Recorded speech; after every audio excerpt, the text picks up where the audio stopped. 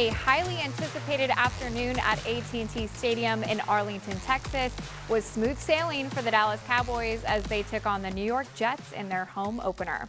You're watching Cowboys Flashback. I'm Savannah Huemler, breaking down the big win for the boys who start the season 2-0 for the first time since 2019. The Cowboys have won 9 straight games at home, which is the largest winning streak seen at AT&T Stadium. An outstanding game for the Cowboys offense with a completion rate of 82%. Dak Prescott ringing in 255 passing yards. Tony Pollard had 25 carries, 72 yards, and a 2-point conversion, 26 total first downs. Although the Cowboys seem to have a tough time in the red zone, kicker Brandon Aubrey made 6 of his kicks after missing 1 against the Giants. The opposing offense only scoring 10 points total in the game. Jets quarterback Zach Wilson made his official start against Dallas on Sunday afternoon after Aaron Rodgers tore his Achilles in Week 1, taking him out for the rest of the season. Wilson threw for 170 yards but had a long game against a hungry Cowboys defense, especially for the Lion, Micah Parsons, with 2 sacks, and then Osa Odigizua had 1, which means he is only 1 away from tying his career best. 30-10 was the final score of the game. Dallas has now outscored their opponents this season 70-10. Coach McCarthy was very impressed with both his offense and defense. Here's what he had to say post-game.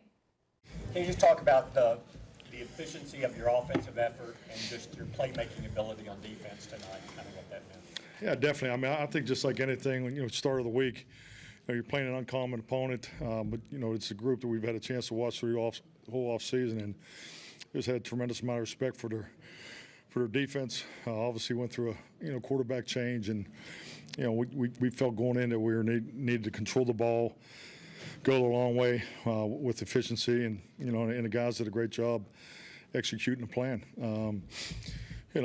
I think we were plus 20 or 20 minutes time possession at halftime, but obviously the score was 18-10. And I think our defense just opened it up clearly with the 4 takeaways. So plus 4. Took good care of the ball. We had a lot going on with our offensive line, but that's that's complementary football. That was the outlook going in, and our players did an excellent job. You're normally a defer guy. You chose to take the ball, put your offense on the field first. Can you talk about that mentality and why you wanted to go offense first? Well, it's just like anything. The coin toss is a decision that is part of the game management, how you feel the offense, lines up against their defense, and vice versa. So we just really wanted to get going today, and that first drive, we put a lot of work in the start of the game, and so we just wanted to try to get out in front was the outlook. Tim Kalishaw, Dallas Morning News. 10 points you've allowed, and you got 10 sacks. Just what level of dominance has your defense achieved these first 2 weeks? Yeah, definitely. I mean, we're off to an outstanding start. The pressure and the takeaways are, at an incredible level after 2 games. So, but this group has taken it up a notch clearly from last year. And I think from top to bottom, not only our veteran players, but our younger players are really contributing. So it's awesome to see them flying around and staying the course. And like I said, the second half was super impressive. When we come back on Cowboys Flashback, CeeDee Lamb had himself a game. A look at those big catches coming up next. Dallas Cowboys Flashback, powered by Reliant, is brought to you by AT&T, official sponsor of the Dallas Cowboys, and by Reliant, official energy provider of the Dallas Cowboys.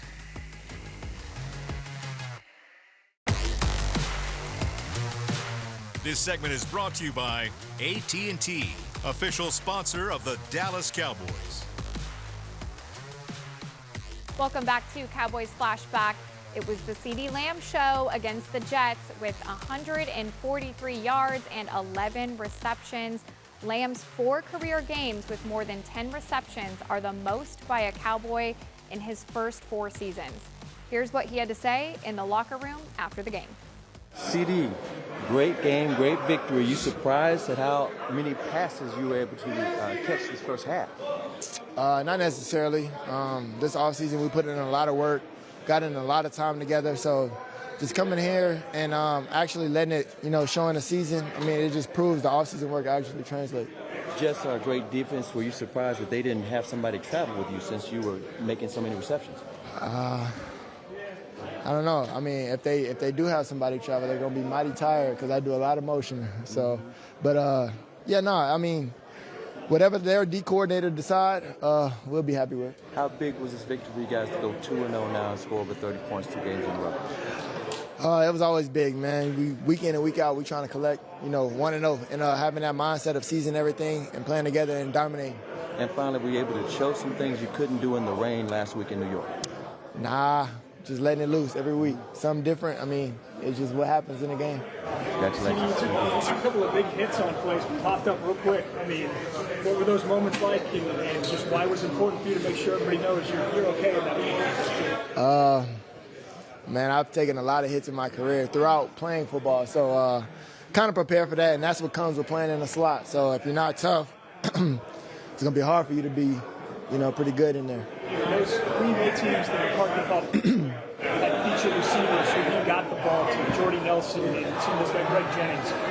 It seems like he's doing that for you too. Do you feel like that's really happening right now for you? They're featuring that connection with the ball? Yeah, absolutely. And he's done a great job of, moving me around, put me in different spots, motioning me, kind of keeping the defense guessing. You can't really guess on where I'm going to be.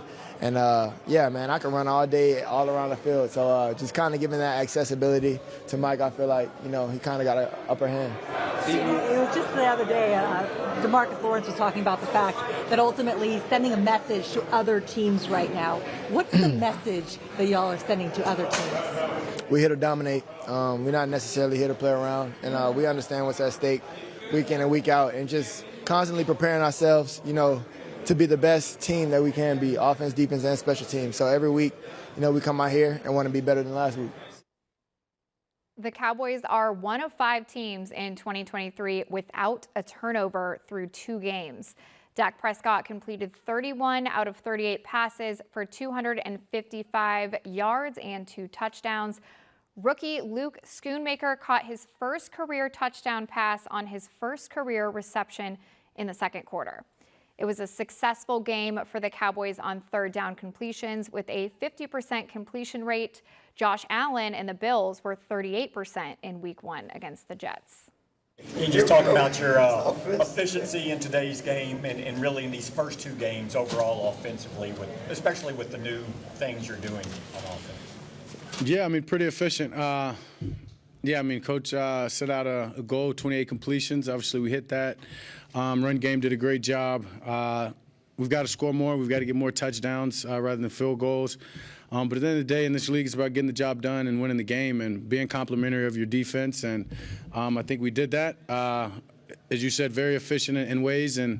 But we left a lot out there still. I mean, that's the standard of this offense, standard of this team. We expect to score touchdowns on every drive. And so when you don't do that, you still haven't hit your goal, I guess you can say. So, a lot we can do better, but overall a very efficient team win that I'm proud of. It's hard to win in this league. Like cell phone was start talking, I'm gonna see you stole my purple color. Make that suit. It's pink. It's mauve, actually, if you want to be. It's mauve mixed with the blue, so Okay. I'll let you have the purple. Okay. Mike McCarthy is a defer guy. You guys took the ball today on offense and certainly had a great opening drive. Just talk about the excitement of wanting to be on the field and really put the offense out there today. Yeah, I mean, you got a good game plan. You feel good about our first 15 or so, the work that we've put into it. And, you want to get the ball in your hands. I mean, the explosive guys that we've got on offense, the confidence that we have, all the work that we've put into this, I think that's a result of, going out there, knowing that we can go get 7 points, we can be successful in our first drive and allow the defense to play with a lead. I mean, just back-to-back weeks now, you see when we get a couple of score lead, how tough it is on the other team, making them one-dimensional. Then our guys can go hunt as the pass rushers and just sets up, the way that exactly how we want to play. So it's just fitting. Jack Todd, Archer, the ESPN. How do you define complimentary football? What does it mean to you? Winning. Simple. Winning. And when you look, you're 2 straight games now without a pick.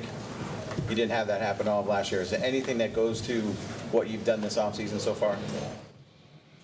What about the year before that, or the year before that, or the year before that? Well, yeah. Last year is last year, and it's something I've left. And the interceptions, all that. It's.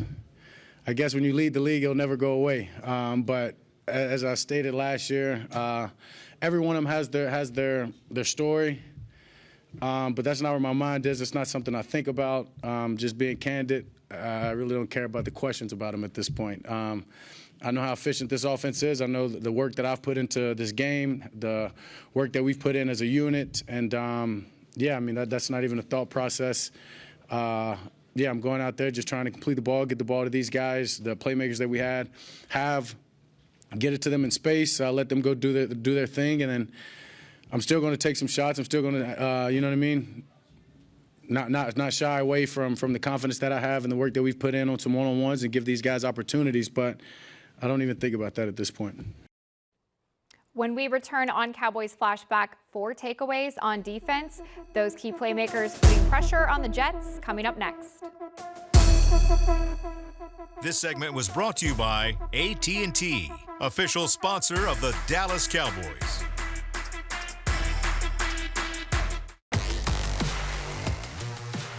This segment is brought to you by Ashley, the official furniture store of the Dallas Cowboys. We're back on Cowboys Flashback with 10 sacks and only 10 points allowed in their first 2 games. The Cowboys defense is tough to beat. Micah Parsons had 2 sacks and a forced fumble, which was the 7th forced fumble of his career and 4th recovery. When asked, how do you slow down Micah Parsons, Jets offensive coordinator Nathaniel Hackett said, you can't slow him down. This proved to be true on Sunday. The offense didn't make you guys be on the field very much today. Can you just talk about how that helps you? Yeah, the efficiency, keeping us fresh, keeping us going.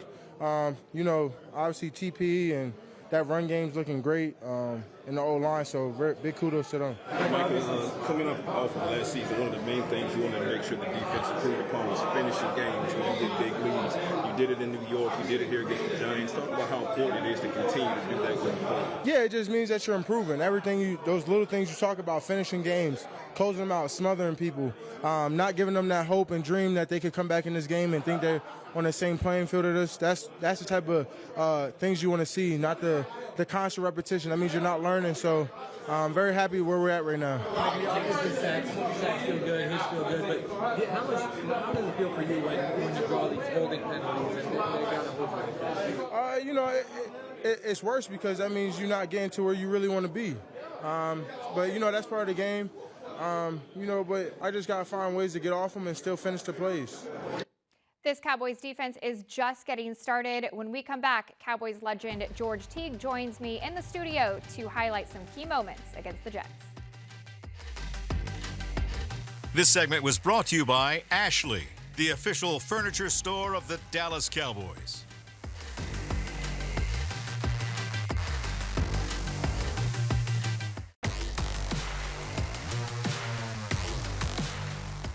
Welcome back to Cowboys Flashback. Cowboys legend George Teague is with me now. George, you played the Jets 4 times in your career, and you had a pick against them. Take me back to that moment. Man, you know what? I was with the Miami Dolphins, so I wasn't with the Cowboys at times. But I still hated hearing Jets, Jets, Jets, Jets. So to be able to get the pick there, not only did we were able to silence the Jets a little bit, but actually helped me get back to the Dallas Cowboys and finish my career out here. And last night we saw some picks during the game. I know we're going to go through a couple of them today. What do we have first? Man, we're going to start with some defense, some momentum-changing type things. Micah Parsons doing his thing again. And I think that what we really want to see is the design of this. This is a mug defensive alignment. 6 guys are up on the line of scrimmage. These 3 guys have our 3 guys right here. So it's going to look like this. This is an ET stunt. ET meaning in tackle, not extraterrestrial, even though Micah Parsons is unhuman. So the timing of this is perfect, so well that Zach Wilson had to say, I'm going to phone home because I don't need a whole lot more of this going on during the game. Micah was incredible last night, and he had 2 sacks. He was just great, and that was just not the only highlight of the night for the defense, but we do have offense. Deuce Vaughn, he was awesome last night too. Yeah, I think it's important to be able to talk about pregame keys, and one of them was try to get to outside runs. We needed to make the corners be able to stop the run game as well. So I'm very excited about what our team did here because this is what we call an outside zone. Now we're trying to go outside with these guys and take our running back out here. The special piece is that you got a Tolbert coming around who can come around and pick up the little trash that we have, right? So as you see this play develop, you'll see that the corner is very, very short. So we didn't even have to use Tolbert in this as much because Deuce had so much running room. So I thought it was just an excellent design to be able to get a very fast and dynamic player like Deuce Vaughn around the corner. And Coach McCarthy, with his play calling and just some different plays like this, how key is this for our offense? Just little tiny swipes for Deuce Vaughn like that. No, it's awesome because you don't know where a lot of things are coming from when you have to plan for everybody. A lot of times you just pick, you want to see what Dak is doing, what is CD doing, but then you bring in other guys like this, it just makes it hard. So even to talk about this next play that I want to talk about, this is to CD Lamb.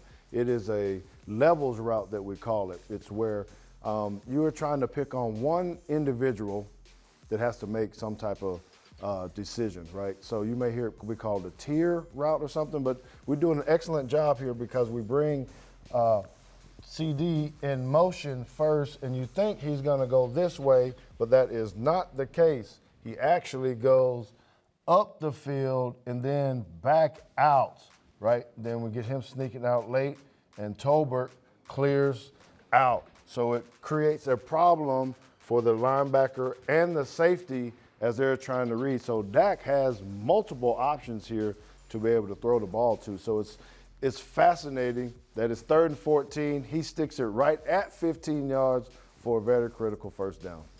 The Cowboys were pretty good on 3rd down conversions last night, and even this caught my eye as well. CD Lamb, he just had a great amount of catches during the game, 11 receptions. So he was fantastic last night. You got a lot of dudes on both sides of the ball.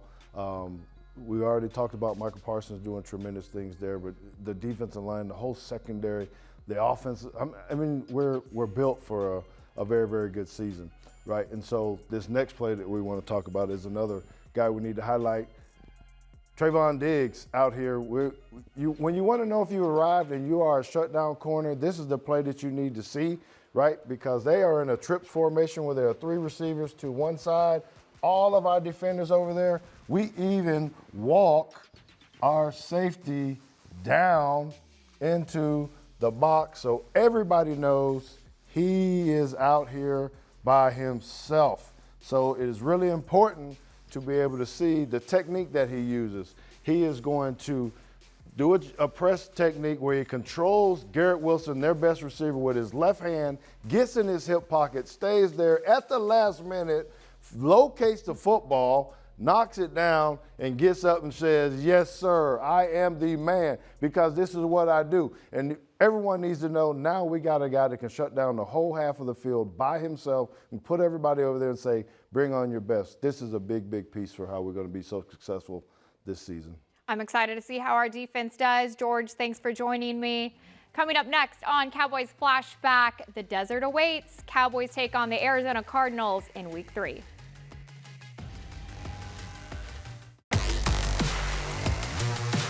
Dallas Cowboys Flashback, powered by Reliant, was brought to you by AT&T, official sponsor of the Dallas Cowboys, and by Reliant, an NRG company. The Cowboys are favored 12.5 points over the Arizona Cardinals. The last time the Cowboys faced the Cardinals at State Farm Stadium was September 25th, 2017. The Cowboys won the game 28-17, and Dak Prescott finished the game with 183 passing yards and 2 touchdowns. The Cardinals are 0-2 this season. They have relied heavily on James Conner as the bell cow, leading the team in rushing yards both weeks. The Cowboys' record at State Farm Stadium is 2-3, and they have lost the last 2 games against the Cardinals at AT&T Stadium. Dallas now resets for Week 3. We will see you next time on Cowboys Flashback.